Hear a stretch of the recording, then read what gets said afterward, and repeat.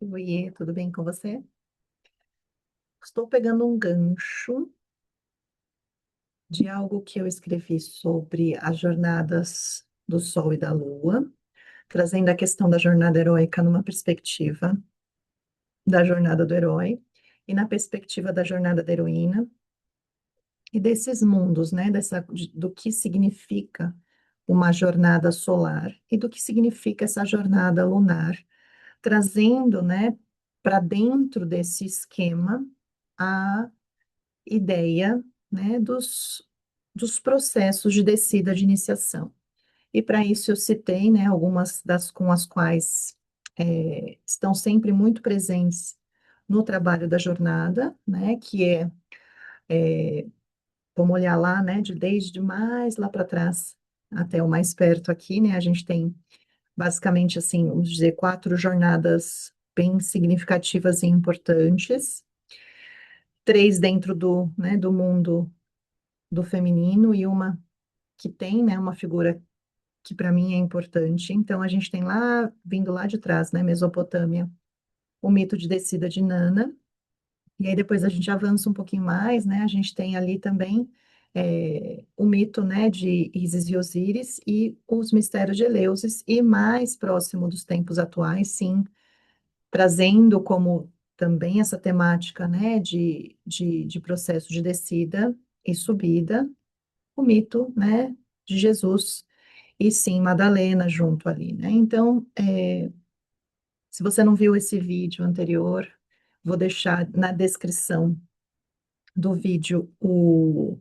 caminho, porque ele faz parte de um texto, né, que é dos estudos astrológicos que eu vou compartilhando gradativamente ao longo dos anos, e aí tem todo, né, o contexto inicial e esse vídeo para dar aquela arrematadinha. E eu quis trabalhar um pouquinho mais, porque eu peguei esse gancho, né, escrevi esse texto e esse vídeo, bem nesse processo que a gente estava para entrar no solstício de inverno, né? E agora já tendo passado por ele, e eu acho muito importante dentro de uma visão, então, que nós trazemos, né? A deusa, esse legado da deusa e essa nova construção, né? De uma, de como que a gente traz isso para a nossa vida agora, né? Porque a gente olhar para esse então para esse corpo, né? Vou usar aqui a palavra, né, para esse corpo da religião da deusa, mas num sentido bem distante do que a gente entende como as religiões monoteístas hoje, né? Então, esse corpo de espiritualidade também, e de todo o entendimento do sagrado feminino, que, né, que perpassa o corpo, né? Seja o nosso corpo e o corpo da terra, né? Então, entendendo essa ciclicidade de vida, morte e vida, a gente adentra nesse espaço de compreensão e entendimento de como esses ciclos são importantes para nós, especialmente no mundo que nós vivemos hoje, atravessado por crises climáticas que, né, prejudicam e interferem drasticamente e negativamente no mundo, como essas estações se estabelecem, até não, né? Porque muitas vezes fica essa percepção de que as estações não estão mais acontecendo do jeito que elas deveriam, né? E como que isso reflete também na forma como a gente vive e como isso realmente perturba, porque se formos olhar, então, o grande significado de tudo isso, e aí essa palavra significado vai ser importante, né, aqui, o grande significado de tudo isso era realmente esses grandes ritos, né, esses grandes ritos de passagem da Terra, esses grandes ritos de passagens coletivos e também internos, eles eram para trazer entendimentos daquilo que foi para aquilo que vai vir a ser, do que está acontecendo agora e como a gente está inserido nesse processo do que está acontecendo com a gente e como que a gente lida com isso, né? Então, tudo isso são mitos que refletem esses grandes ciclos, né? De ritos de passagem da Terra, né? Então, por isso que, por exemplo, esses mitos, como a gente vê a descida de Nana, principalmente os mistérios de Eleusis também, eles falam, né? Os mistérios de Eleusis, eles são ritos agrários, né? Que falam muito desse processo da natureza, né? Então, é o que a gente chama, por exemplo, de mitos etiológicos, né? Então, que eles inauguram algo, né? Eles falam da inauguração das estações, né? Ou da inauguração de algo. Então, pensarmos que é um movimento que nos ajuda a nos conduzir pela vida de uma forma a gerar entendimento, consciência dos processos, porque a vida é um grande processo, novamente, essa ideia de vida, morte e vida, que é uma forma de simbolizar bastante o que significa, né, essa ideia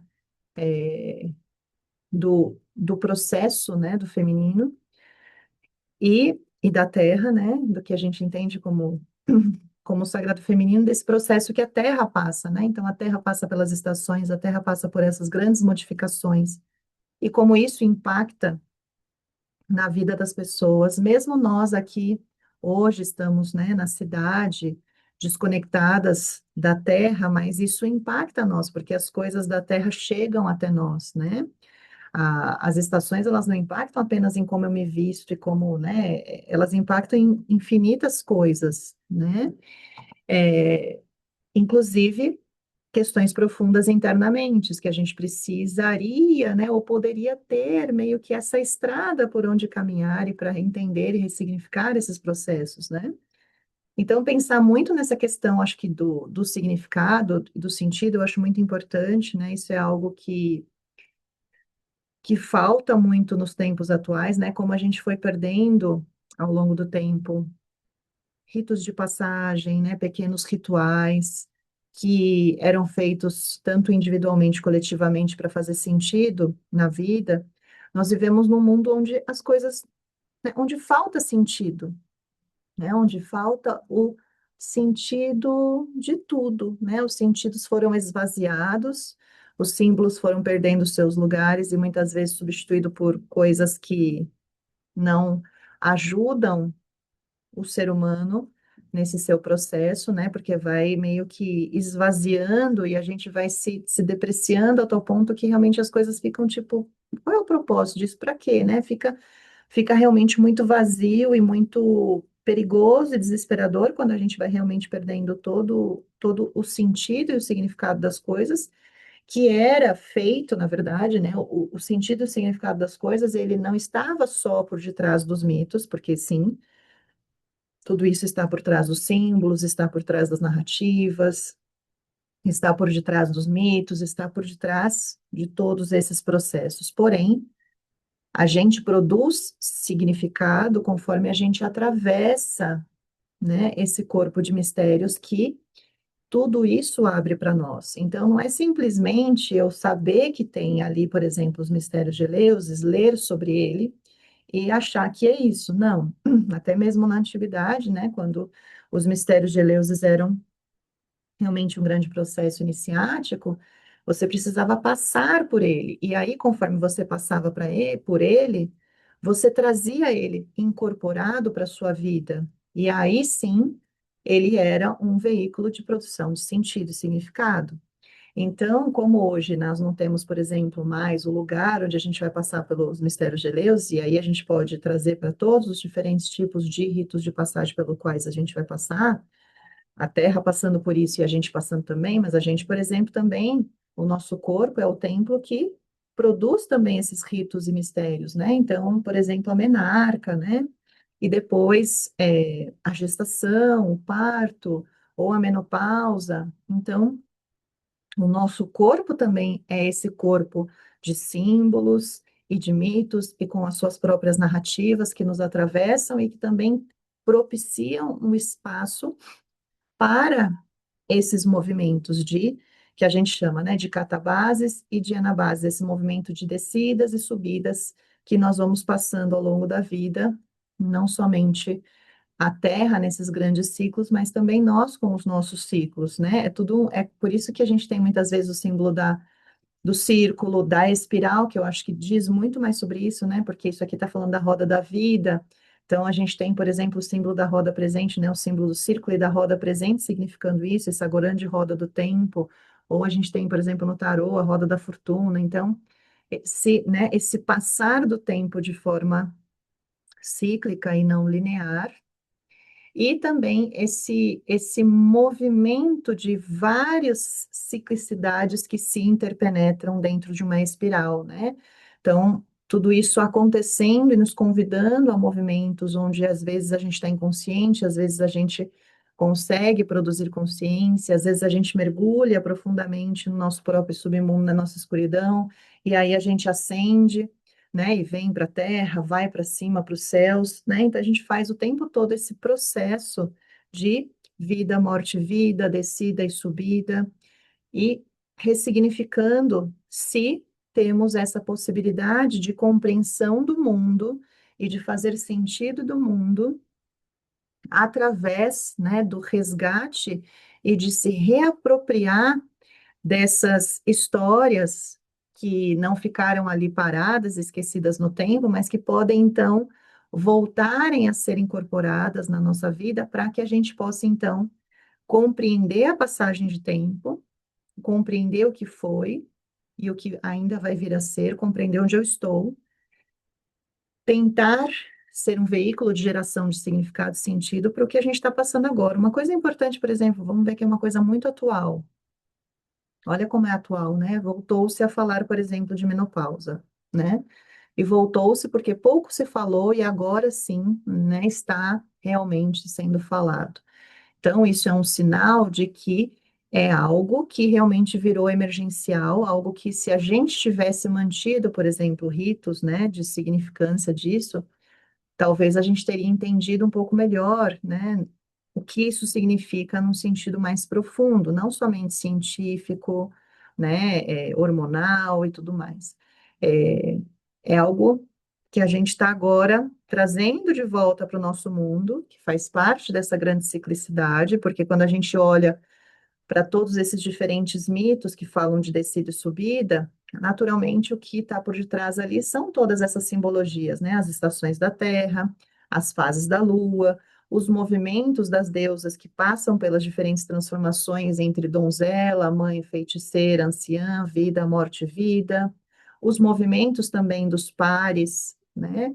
Porque geralmente a gente tem figuras pareadas participando desses mitos, representando exatamente essa grande dança das polaridades, esse grande movimento, né? Então a gente tem Ísis e Osíris, a gente tem Inanna e Ereshkigal, a gente tem Deméter e Coré, a gente tem ali Jesus e Madalena. Então a gente tem essas figuras que claramente elas não estão isoladas sozinhas em parzinhos, mas elas são, né, como o destaque desse movimento pareado, que é como esse espelhamento entre consciência e inconsciência, luz e sombra, acima e abaixo, dentro e fora, e também os grandes polos, né, os equinócios, solstícios, esses movimentos, né, que entre esses polos tem os espaços de travessia, os espaços limiares, os espaços onde acontecem esses movimentos de eu preciso entender de como que foi que eu vim daqui para aqui, ou como eu vou daqui para cá,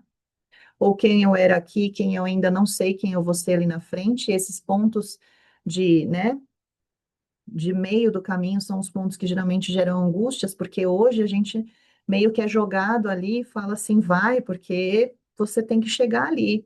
E aí a gente vai sofrendo, né, daqui para lá, porque não tem esse, tá, o que que significa? Por exemplo, vamos voltar para esse, né, a gente traz então esses mistérios de Eleus, essa descida de Nana, esse mito de Ísis e Osíris, há também a história de Jesus e Madalena, e fala, tá bom, eles fizeram esse caminho, vamos trazer para a nossa vida atual. E aí a mulher está lá, né, que é o tema novamente atual, então ele está pedindo, né, para ser visto, está pedindo para ser conscientizado, está pedindo também para que haja ritos para que isso tenha sentidos que seja além de explicações científicas e fisiológicas, a gente precisa fazer mais sentidos, né? Então, eu tenho explicações hoje em dia científicas, fisiológicas, biológicas, psíquicas, né? Psicológicas, tá, mas e mais? Qual é o sentido disso né, num lugar mais profundo de entendimento e compreensão e ressignificação do processo? E isso acontece nos ritos, né? Então, vamos pegar esses mitos aí que aconteceram, essas histórias, essas narrativas, e tentar entender como que ela fala com a nossa vida agora. Então, vamos entender que Hoje se fala, né, e se esclarece muito mais devidamente que uma mulher, em um determinado momento da sua vida, ela vai começar a entrar num período transitório do seu período fértil, né? Ela tem o momento da menarca, começa a menstruar, várias coisas são desencadeadas nesse processo, e aí vai chegar um momento da vida dela, depois de um determinado tempo, que ela vai entrar na perimenopausa, que pode se estender por um longo período de tempo, que essa transição é muito mais longa do que o período da menopausa, que seria esse momento por de aniversário de um ano onde você não menstrua mais. E aí você ainda tem a pós-menopausa, né? Então vamos imaginar que desse período onde essa menina menstruou, até esse período onde essa mulher não menstrua mais há um ano, há um grande gap de muitas coisas, de um período muito longo de vida, geralmente, certo? E isso tudo é passado sem nenhum tipo de rito. A gente perdeu os ritos de menarca, né? Que inclusive estão ali presentes quando a gente destrincha o mistério de Eleusis, dessa menina Coré, até ela virar Perséfone, há um grande gap também, né? Então ali tem muitas coisas por detrás. Então, por exemplo, a menarca, né? Então, o momento em que essa menina menstrua também não temos mais rito de passagem, geralmente a gente, né, na minha época era dava um mods e não engravide, e não se falava muito disso. Hoje em dia tenho alunas que estão reconstruindo e criando junto com suas filhas pequenos ritos que façam sentido. Eu, inclusive, participei, né, de uma formação, se assim a gente pode falar, né, de ativadoras de tenda vermelha, que era exatamente esse processo de resgatar esses ritos, né? Que para mim também, como esse aspecto de Moon Mother, faz muito sentido, né? O rito é muito importante. Inclusive, isso é uma coisa que sempre foi central dentro do trabalho do Devchala desde 2013, quando começou formalmente, que é sempre temos ritos de passagem, né? Porque os ritos de passagem são essencialmente importantes, exatamente para voltar a gente para esse lugar de sentido, significado, entendimento e conscientização de coisas mais profundas, que se a gente só larga lá, não acontecem por si só, né? São coisas que acontecem coletivamente, por isso que os ritos eram feitos coletivos, porque a força coletiva nos ajuda a produzir sentido e significado de vida, né? E conscientizar-se de coisas que são importantes, inclusive dessa passagem de tempo e o que está por detrás, porque por detrás do movimento de catabase e anabase, aí dentro de uma leitura mais, né, da psicologia junguiana, a gente tem esse movimento de inconsciente e consciente, né? Esse movimento de sol e lua que dança dentro de nós. E então, movimentando-se dentro disso, se eu me conduzo a partir dessa perspectiva do que isso significa, então eu iria olhar para essa trajetória da menarca à menopausa de uma outra maneira. E eu iria caminhar por isso tendo esses meus momentos de ritualização, de fazer sentido e me capacitar, porque isso é muito bom, né? Os ritos, eles capacitam a gente.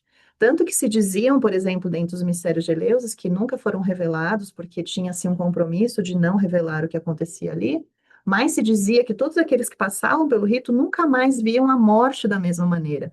E isso é muito interessante, né? Porque não é só a morte, né? E aí a morte, ela está presente em todas essas dinâmicas, sim, inclusive dentro do mito de Ísis e Osíris vai morrer, né? Inanna vai morrer, Jesus vai morrer. Todas as pessoas ao redor também, de certa forma, simbolicamente, morrem, né? Junto com esse processo, porque é algo novamente que é desencadeado por algumas figuras, geralmente duas, ou grupos ali que se movem junto, porque mexe com todo o sistema e todo o ecossistema. Assim como quando a Terra passa pelos seus ritos, não tem como ser uma coisa isolada meio neoliberal, né? É uma coisa coletiva, uma coisa que impacta o todo. E a gente perdeu essa consciência de entendimento de que as coisas são coletivas. A gente foi para um lugar muito individualista, de umbigo, de autocentramento negativo nos dias atuais, que a gente só fala de nós. Como eu, né? Eu, num sentido muito ruim, né? E a gente está perdendo essa força coletiva. Então, a gente está se distanciando ainda mais desses movimentos, e a gente está perdendo cada vez mais sentido, porque quanto mais eu vou para esse movimento individualista, né, é, mais menos sentido as coisas têm, menos significado as coisas têm, menos alma as coisas têm, porque, novamente, a gente é um grande ecossistema. Imagina se a Terra começasse a cada um querer ir um por si só, né? Não, nós somos seres, claro, singulares, mas a gente pertence a um coletivo, né? E o nosso movimento, ele é coletivo. Os ritos de passagem, todas essas histórias, elas falam de algo coletivo. Não estão falando de algo que é o eguinho individual de cada um, no sentido, né, aqui bem vazio de como nós vemos agora. Então, se a gente fizesse esse caminho de entendimento percorrendo esse corpo de mistérios, né, que perpassa novamente o nosso próprio corpo com a sua ciclicidade, o corpo da Terra com a sua própria ciclicidade, e como isso dança conjuntamente, criando sentidos, criando vida, morte e vida, né? Criando mitos, criando narrativas, criando símbolos, criando tudo aquilo que a gente precisa para poder caminhar na vida e caminhar com mais inteireza, caminhar com mais clareza, caminhar com mais força e caminhar junto, nós estaríamos em outro lugar, nós chegaríamos da menarca à menopausa, por exemplo, com um maior entendimento. Ah, isso facilitaria e tornaria a menopausa uma experiência maravilhosa?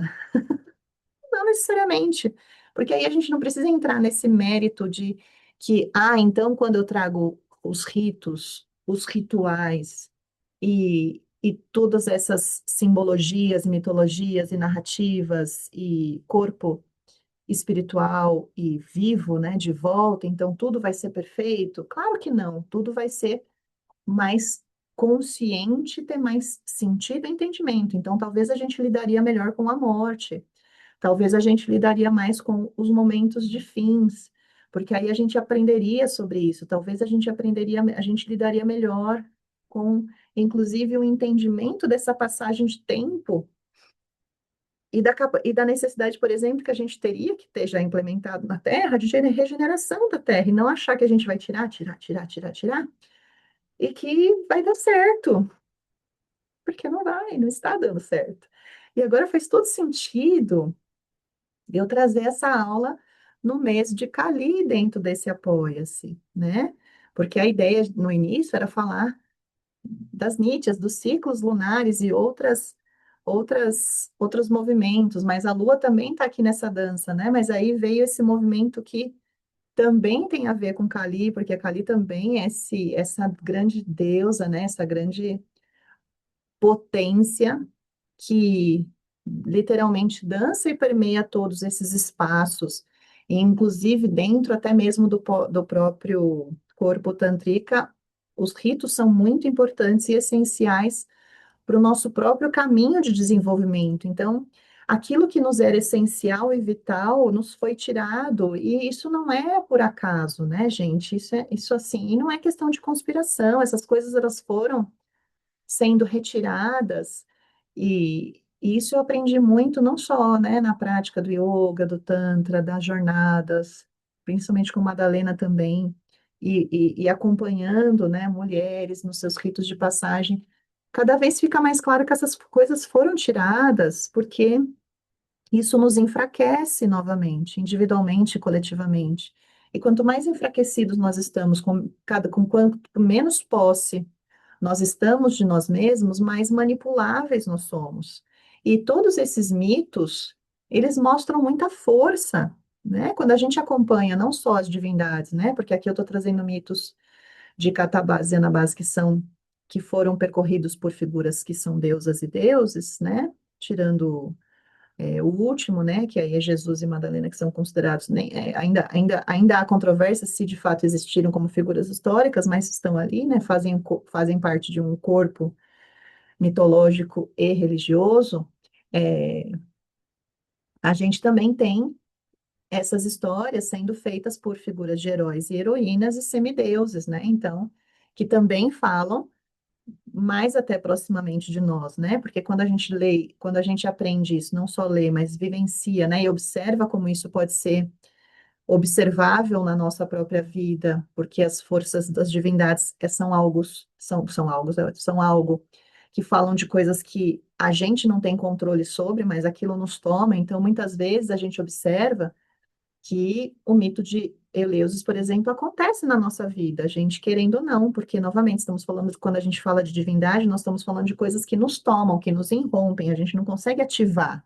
Por mais que falem por aí, não se ativa o arquétipo de Inanna. A Inanna aparece na nossa vida quando ela quer, porque a divindade é ela, e o corpo divino fala de algo coletivo, algo que é maior e mais, que é anterior a nós, né?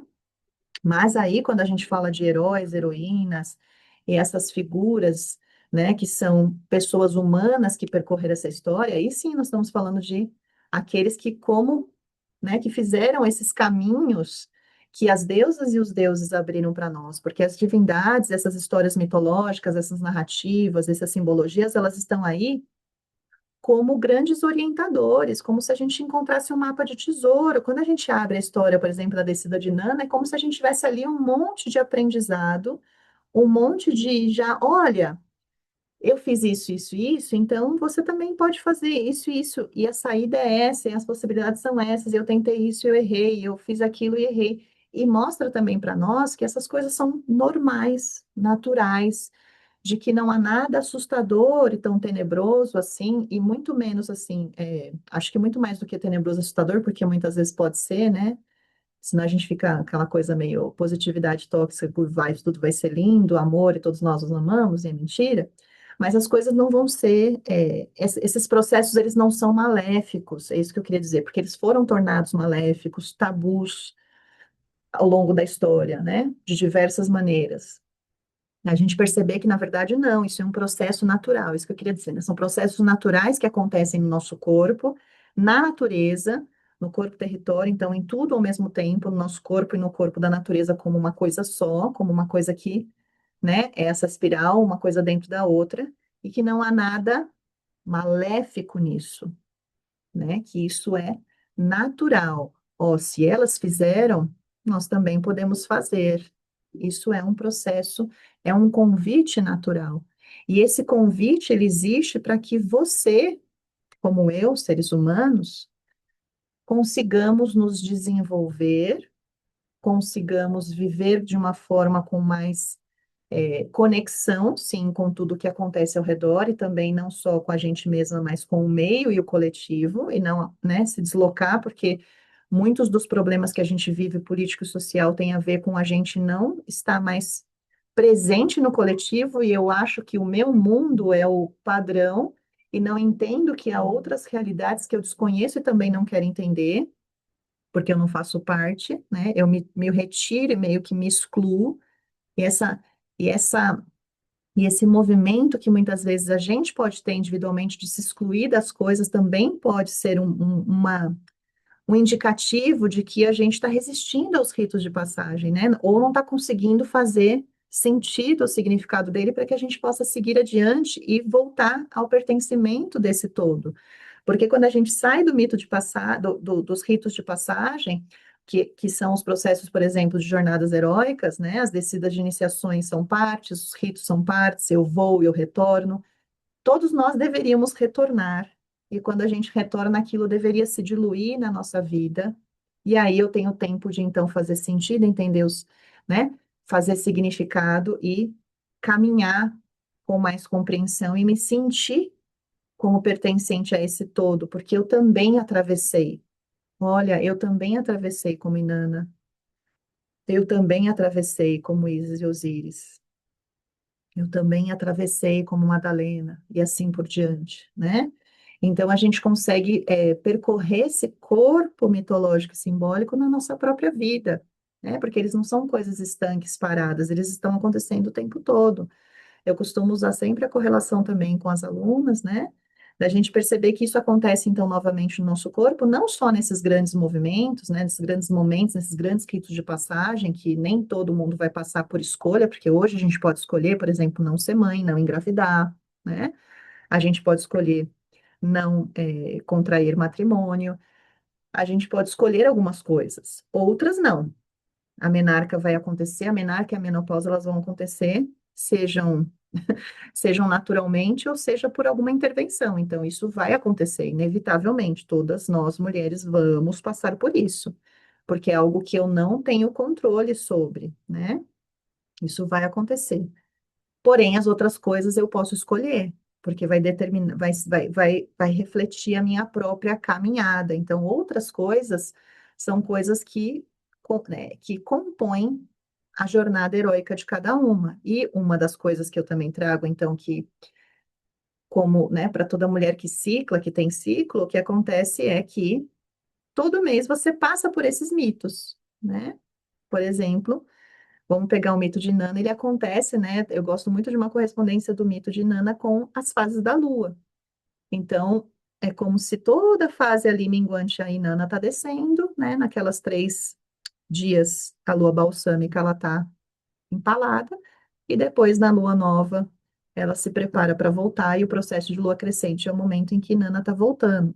E aí a gente pode pensar que essas descidas de iniciação, essas catabases, elas acontecem também quando a gente passa por isso também, quando a gente cicla, quando a gente entra no período pré-menstrual e menstrual, né? Então a gente faz esse momento, tanto que um desses ensinamentos que eu, né, sou guardiã dos mistérios, né, desses mistérios da mulher cíclica, é entender essas fases exatamente em correspondência com as fases lunares, com as fases da Terra, com os arquétipos do feminino, e entender esse processo, né? Então a gente meio que desce, como a Perséfone desceu para o mundo de Hades, naqueles momentos em que a gente entra no período pré-menstrual para menstruar.